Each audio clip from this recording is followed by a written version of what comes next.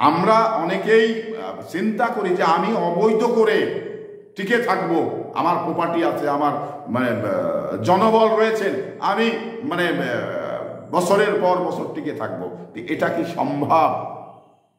আপনি অন্যায় করে টিকে থাকবেন দীর্ঘ সময়, আর যারা ন্যায় পরোয়া ন্যায় পথে রয়েছেন, যারা ন্যায়ের পক্ষে কাজ করছেন, তারা শালা এইভাবে পড়ে পড়ে মার খাবে, তাদের বিজয় কি হবে না? এটা যদি মানে অন্যায়কারী ভেবে থাকে, তাহলে আমি মনে করি এটা বুকার স্বর্গে বসবাস করে। কারণ আপনারা দেখেছেন সারা বিশ্বে কিন্তু এই বিষয়টা নিয়ে বিভিন্নভাবে বিভিন্ন মানে অন্যায়কারীদের পতন হয়েছে।